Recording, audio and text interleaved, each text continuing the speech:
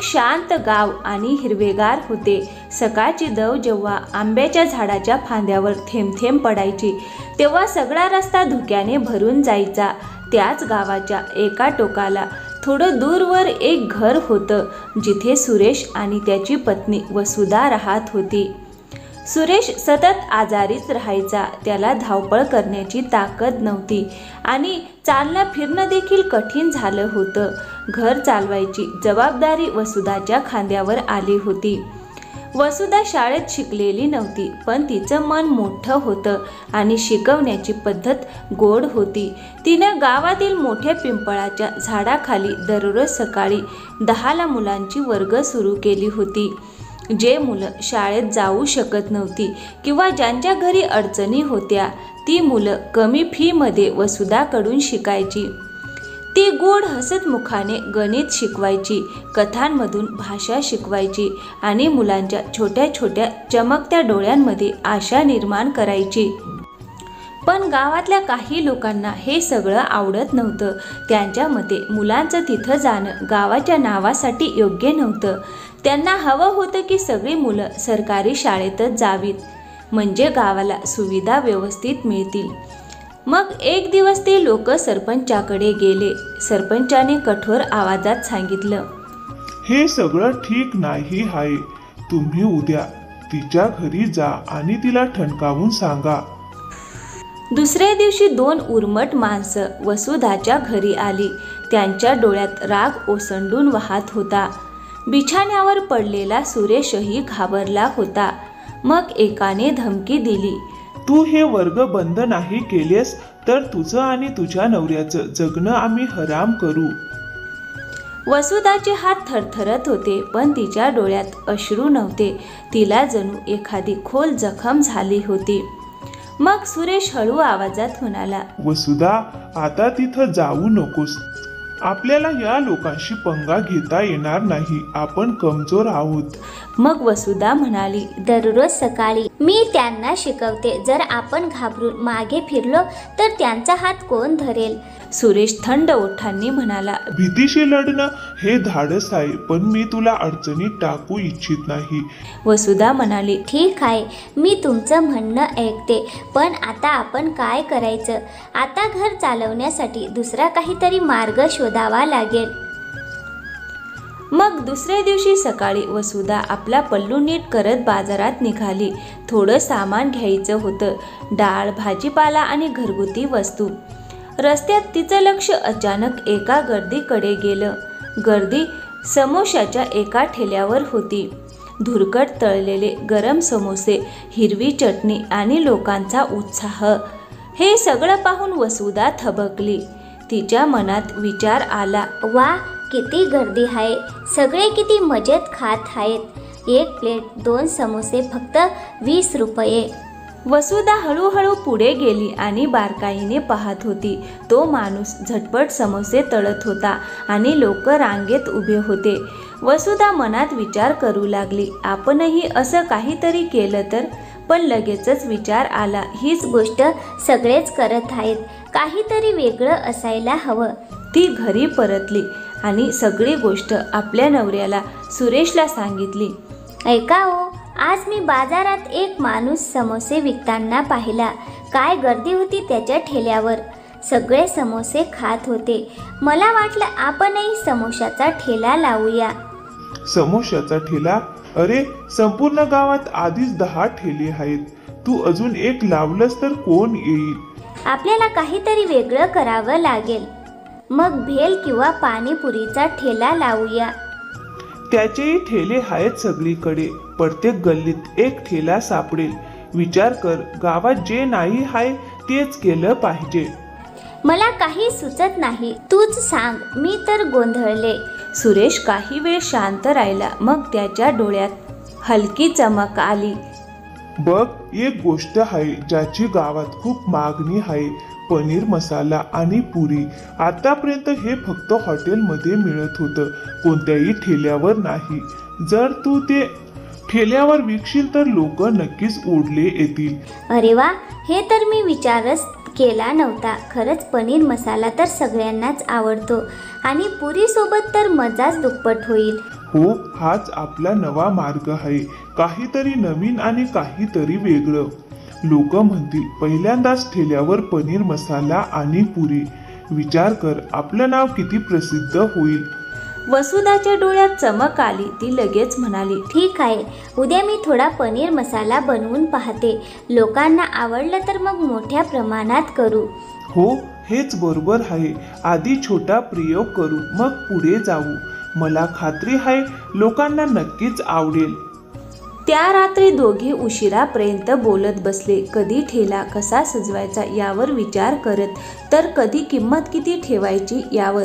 त्या रात्री खिडकीतून झिरपणाऱ्या चांदण्यात त्यांच्या डोळ्यात एक नवीन आशा होती, नव्या सुरुवातीचं स्वप्न.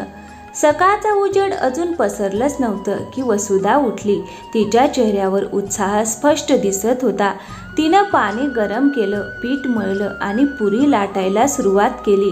सोबतच पनीर मसाल्यासाठीचे मसाले भाजायला घेतले. कांदा, टोमॅटो, आलं, लसूण यांचा सुगंध सगळ्या घरात पसरला. आज सगळं नीट होऊ दे देवा, एवढंच आशीर्वाद दे. लोक एकदा खातील, मग पुन्हा पुन्हा येतील. स्वयंपाकघरातून येणाऱ्या सुगंधाने सुरेशला देखील ओढलं गेलं. तो 4 पायीवरून उठत म्हणाला, असं वाटतंय आज घरातच हॉटेल उघडलंय. सुगंधाने भूकच लागली आहे. मला खात्री आहे लोक तुझ्या हाताचा स्वाद विसरू शकणार नाहीत.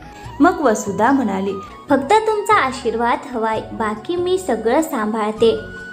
मग थोड्या वेळानंतर तिने सगळं सामान ठेल्यावर सजवलं आणि गावाच्या मध्यभागी त्या गजबजलेल्या जागी गेली जिथं रोज गर्दी असायची.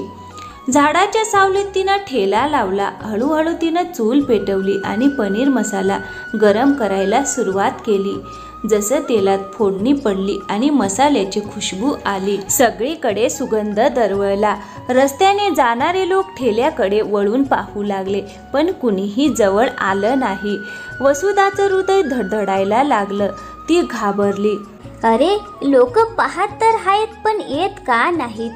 कुठे आज सगळं वाया तर जाणार नाही ना?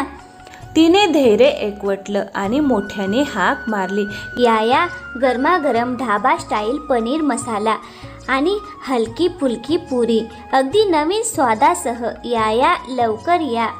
तिचा आवाज ऐकून एक म्हातारा काका हळूहळू ठेल्याकडे आला. अगं बाई, हा तर ढाब्यावर मिळणारा पनीर मसाला. तू हा इथे कसा विकतेस? काका, मी आज नवा ठेला सुरू केला आहे. आता रोज इथेच मिळेल ढाबा स्टाईल पनीर मसाला आणि गरमागरम पुरी. असं का? बरं, मग सांग एक प्लेट कितीला आहे? फक्त 80 रुपयात एक प्लेट काका. त्यात 4 पुरी आणि लोणचं देखील मिळेल. वा, मग लवकर एक प्लेट दे बरं.